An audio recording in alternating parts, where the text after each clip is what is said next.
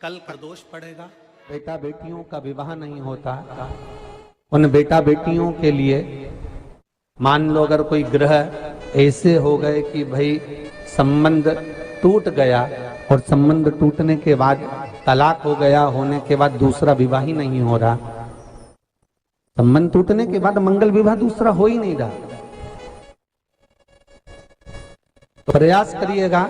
माँ जगतजननी जगदम्बा का हाथ इस तरह से रहता है, आपने दर्शन करे होंगे पार्वती मैया के शिव मंदिर में, तो पार्वती जी का हस्त कमल शंकर जी की साक्षी में हमेशा बंधा हुआ रहता है, शिव की साक्षी में। महाराज प्रदोष काल में, प्रदोष के दिन कभी भी, किसी भी प्रदोष के दिन, वैसे तो मूल है इसमें सोम प्रदोष का वर्णन, सोमवार की जो प्रदोष पड़े उसका मूलता माना गया है, पर आप प्रयास करना कि किसी भी प्रदोष के दिन जिसका तलाक हो चुका हो, जिसका संबंध खराब हो चुका हो, संबंध हो ही नहीं रहा हो वापिस से, सोम प्रदोष के दिन जहां मां जगतजननी का हस्त कमल बंधा रहता है और शंकर भगवान का शिवलिंग है। आप लोगों ने कथा सुनी होगी कि सबसे पहली यज्ञोपवीत संस्कार,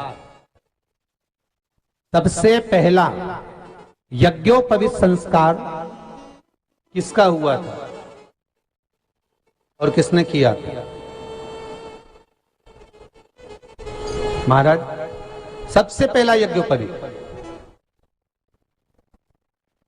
माता ललिता देवी ने भगवान शंकर को यज्ञोपवीत धारण करवाया था।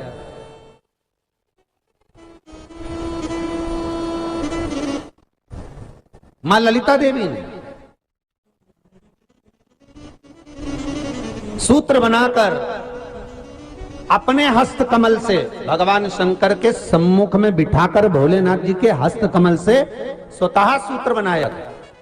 भगवान शंकर प्रसन्न हो गए थे, बहुत प्रसन्न भोलेनाथ जी, इसलिए शंकर भगवान ने ललिता देवी को दो वर दिए थे, एक किसी का अश्रु नहीं देखूंगा, दूसरा जो यज्ञोपवीत समित समर्पित करेगा, यज्ञोपवीत का भाव जो मुझे देगा उसके जीवन में बाधाओं को हर लूंगा। इसलिए आज भी हिंदू धर्म में देवताओं को जो यज्ञोपवीत चढ़ाया जाता है वो उलझा हुआ नहीं होना चाहिए। देवताओं को जो यज्ञोपवीत चढ़ता है उसको सुलझाकर चढ़ाया जाता है, समर्पित करेगा। अब कई विद्वान ब्राह्मण ऐसा कैसे यज्ञोपवीत में हल्दी लगाकर छोड़वा देते हैं, परंतु वो उलझा हुआ रहता है, वो सुलझा हुआ अगर चढ़ाएगा तो जो जजमान पूजन कर रहा है, जो जजमान पूजन में लगा हुआ है, उसको पूर्ण फल की अनुभूति हो, पूर्ण फल का प्राप्ति हो और ब्राह्मण भी बंधन से मुक्त हो। ललिता देवी जी तो हमारे यहाँ भौम सोमवार का जो प्रदोष हो, उस प्रदोष के दिन जिसका मंगल विवाह नहीं हो रहा है, सारी तकलीफें झेल रहे हो, बहुत कष्टप्रद हो, तो माँ का जो हस्त कमल है उस हस्त कमल से लेकर शंकर भगवान के शिवलिंग तक एक कच्चे सूत की धार बनाई जाती है। महाराज 6 धार कच्चे सूत की बनाई जाती है। यहाँ शंकर भगवान का शिवलिंग है, यहाँ माता का हस्तकमल है, हस्तकमल से चालू होकर शिवलिंग, शिवलिंग से चालू होकर हस्तकमल, ऐसी 6 धार बनाई जाती है माता। और धार बनाकर उस धार पर माखन का लेपन किया जाता है भगवान शिव को। जैसा ललिता माता ने भगवान शंकर से वर प्राप्त करा था, उसी तरह फिर उस लेपन को लगाने के बाद उसको उतारकर उसी को लपेटकर शंकर भगवान पर उसको चढ़ा दिया जाता है, मात्र अपनी मंगल विवाह की कामना कर कर। अगर कोई कुंवारी अवस्था में कर रहा है तो उसमें हल्दी लगाए, और अगर कोई शादी होने के बाद, संबंध टूटने के बाद दूसरी शादी के लिए कर रहा है तो उसमें हल्दी ना लगाए, बस इतना अंतर रहता है। 26 प्रदोष का फल एक क्षण में प्राप्त हो जाता है, क्षण में। तब कहा जिस दिन प्रदोष का दिन हो, 26 प्रदोष में से कोई भी प्रदोष का दिन हो और प्रदोष काल में आप अपने घर से जल और एक हाथ में घी का भरा हुआ दीप, प्रदोष का दिन हो और प्रदोष काल में आप अपने घर से जल और एक हाथ में घी का भरा हुआ दीप लेकर जिस दिन शंकर के मंदिर में जाते हो, शंकर को जल चढ़ाकर हाथ का स्पर्श जलाधारी पर कर कर शिव मंदिर में दीप प्रज्वलित कर देते हो, 26 प्रदोष का पुण्य फल उसी क्षण प्राप्त होगा। 26 प्रदोष का फल एक ही दिन में, एक ही क्षण में प्राप्त हो जाता है। 26 प्रदोष। शमी की जो पत्ती होती है,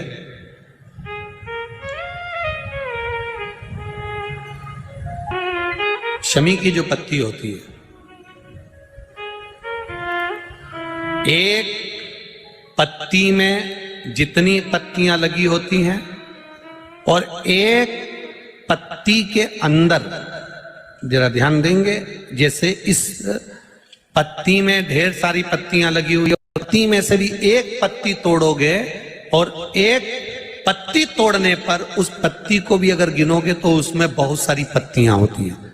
आज प्रयास करना, अगर कहीं आपको शमी की पत्ती मिले तो जैसे ये पत्ती, इस पत्ती को तोड़ा गया, इस पत्ती में से एक पत्ती निकाली गई और एक पत्ती निकालकर आप धीरे से रखना, उसमें भी बारीक बारीक बारीक बारीक बारीक बारीक बहुत सारी पत्तियां नजर आती हैं। शिव महापुराण की कथा कहती है, जो सोमवार की अष्टमी हो या प्रदोष का व्रत हो या 12 महीने की शिवरात्रि हो या किसी भी दिन प्रदोष काल के अंतर्गत शंकर भगवान को एक शमी का पत्ता कोई भूलवश भी समर्पित कर देता है तो जितनी एक पत्ती में पत्तियां होती है और उस पत्ती के अंदर भी एक पत्ती को तोड़ने के बाद जितनी पत्तियां होती है उतने जन्म मृत्यु लोक में मनुष्य के नहीं होते। 84 लाख योनियों में से वो योनियां कट जाती हैं और देव योनि प्राप्त हो जाती। एक शमी पत्र की इतनी महत्वता है।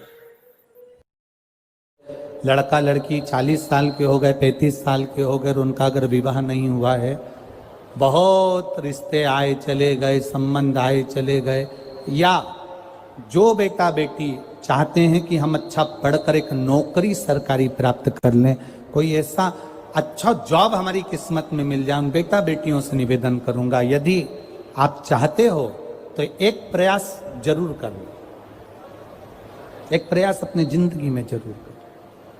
शिवलिंग समझ लेना जरा अच्छे से, शिवलिंग जलाधारी गणेश, कार्तिकेय, अशोक सुंदरी, और ये शिवलिंग और ऊपर भगवान शिव की 5 बेटियां, जया, विषहरा, शामलीवारी, दौतली, देव। 3 प्रदोष या 3 शिवरात्रि। कितनी प्रदोष? 3 या 3 शिवरात्रि। मेरा बेटा बेटियों से निवेदन है, जो अच्छी पढ़ाई कर रहे हैं, मेहनत करो, अच्छा पढ़ो, और मेहनत के साथ में जब कंपटीशन एग्जाम में बैठने का समय आए, 3 स्थान जहां पर आपको, प्रथम अशोक सुंदरी,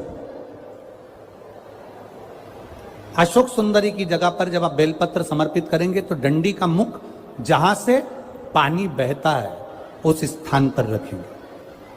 दूसरा, शमी का पत्ता, शमी का पत्ता। दूसरा, शमी के पत्र को देवादिदेव महादेव पर जब आप समर्पित करेंगे तो उसका डंडी का मुख भी जहां से जल बहता है उस ओर रखेंगे। और तीसरे नंबर पर है आंख का पुष्प। एक पुष्प होता है आंख का सफेद और एक पुष्प होता है हल्का सा नीला। करें दर्शन आप लोगों ने? जम के तो बोलो जरा, करें ना? एक सफेद होता है, एक हल्का सा नीला होता है।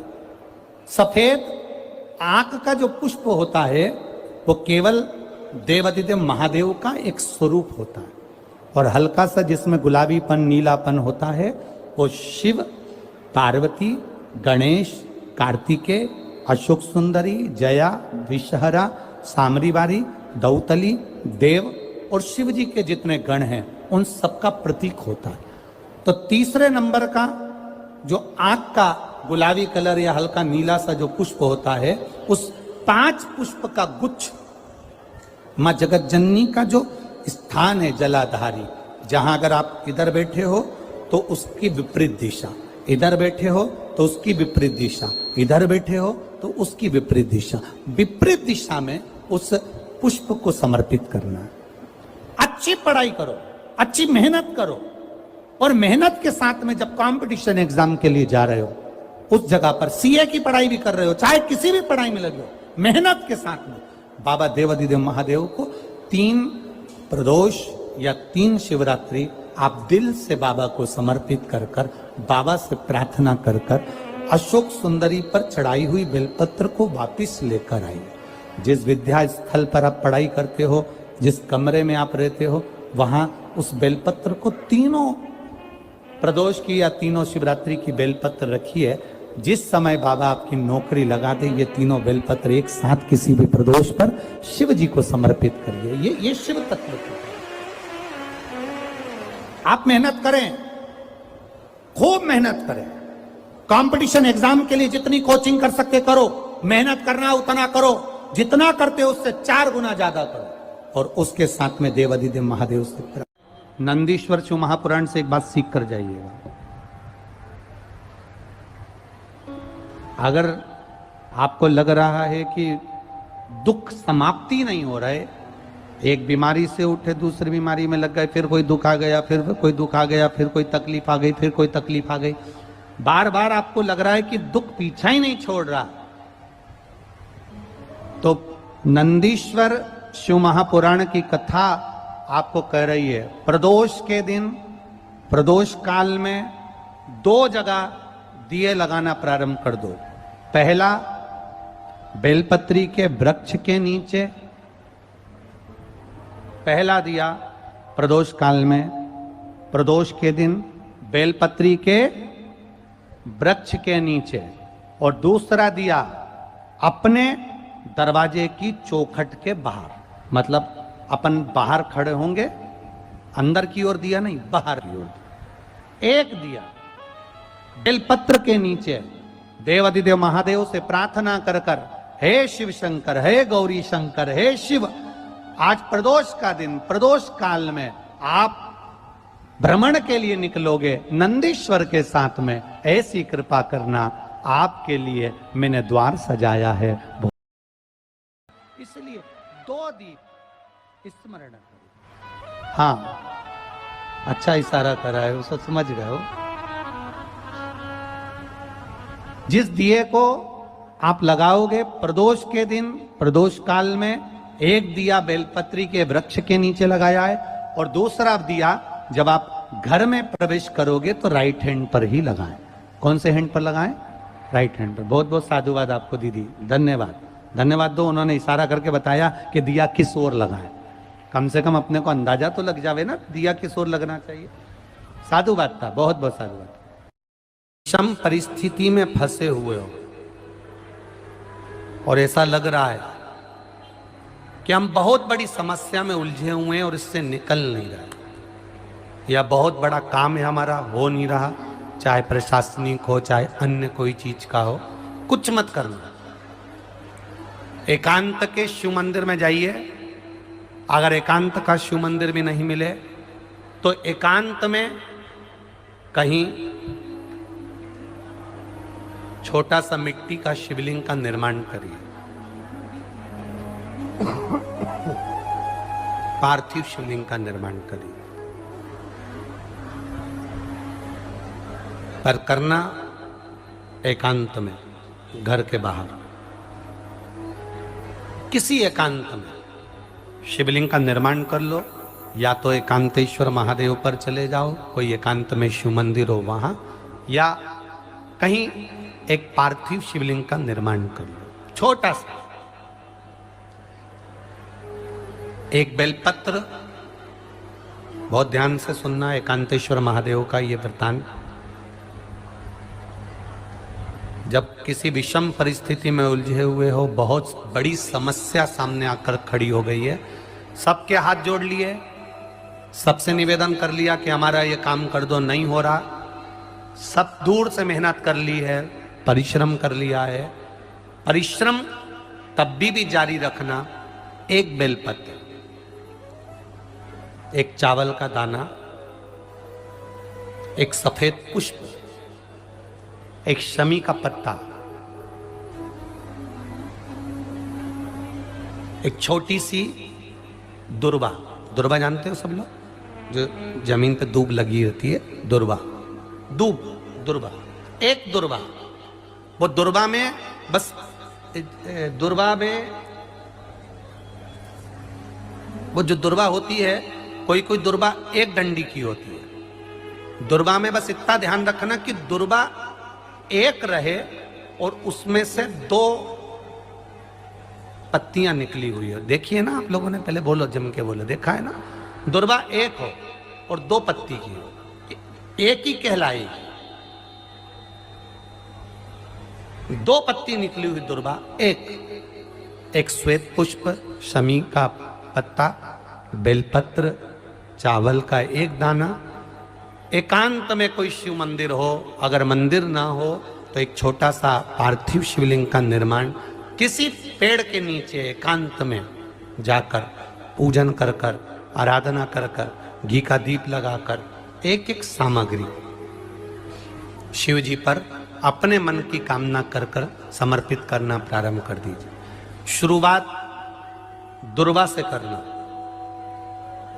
दुर्वा के बाद में श्वेत पुष्प, शमी का पत्ता, चावल का दाना और बेलपत्री सबसे आखिरी में बाबा को समर्पित कर कर, हृदय से प्रार्थना कर कर, बाबा से निवेदन कर कर, दीप अगर मंदिर में कर रहे हो तो दीप ठंडा होने का इंतजार मत करना। अगर पेड़ के नीचे एकांत में शिवलिंग का निर्माण कर कर पूजन कर रहे हो तो दीप ठंडे होने का इंतजार करना। दीप ठंडा हो जाए तब भगवान शिव को ले जाकर विसर्जन करना। जो एक बेलपत्री है बस उसको घर लेकर आना, बाकी का सब विसर्जन कर कर आना। मेरा एकांतेश्वर महादेव उस कार्य में सफलता प्रदान कर देगा। एकांतेश्वर महादेव की आराधना। तुम रुका जी कह रहे हैं माता पार्वती से, पार्वती आप शिव जी की आराधना करो, मना नहीं, पर शंकर की आराधना में कीर्ति को, वैभव को पीछे छोड़ो। एकांत में बैठा हुआ महादेव, एकांतेश्वर महादेव की मूलता यह कहती है, महत्वता यह कहती है कि आप अपने अहंकार से दूर हो जाओ। अहम से दूर होकर मेरे करीब में आओगे तो तुम्हें खाली नहीं रखूंगा, झोली भर कर ही भेजूंगा। वो एकांतेश्वर। शिव महापुराण की कथा एक बात बहुत अच्छे से कहती है,